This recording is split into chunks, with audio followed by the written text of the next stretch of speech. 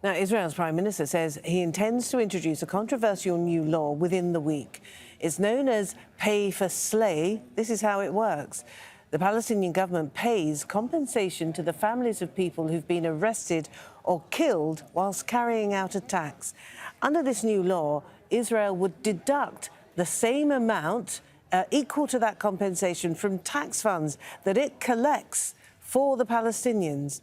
Now, if the law goes through, it would effectively cut revenue to the Palestinian Authority by around $330 million per year. Harry Fawcett has more now from West Jerusalem.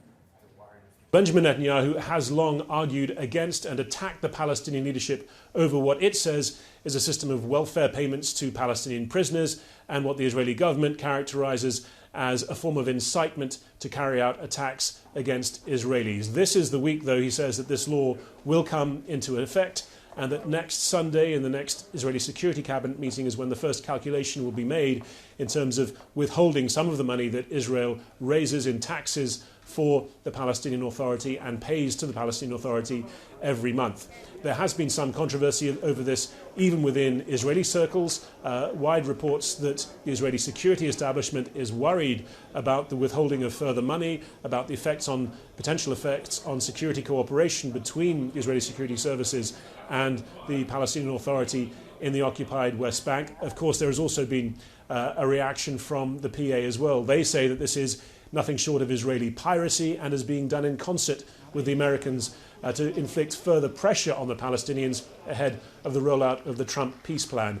Nonetheless, we are in election season at a time when Benjamin Netanyahu is trying to portray himself as the man of the right, with a tough line against the Palestinians, in opposition to the way he's trying to characterize his main rival, Benny Gantz, the former Israeli army chief, whom he's trying to say is of the weak left.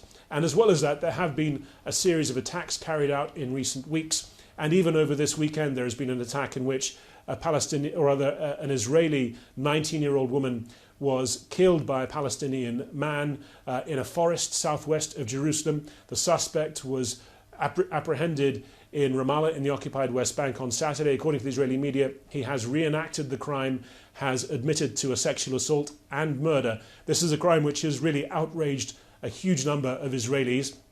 The police are saying they are certainly examining a political motive. No direct calling of this as a terror attack by the Israeli Prime Minister just yet. No comment either from Hamas in Gaza or from the Palestinian Authority in the West Bank either. Nonetheless, there has been a huge reaction to this, and for Benjamin Netanyahu to have delayed the imposition of this law at this time would have been politically very difficult for him.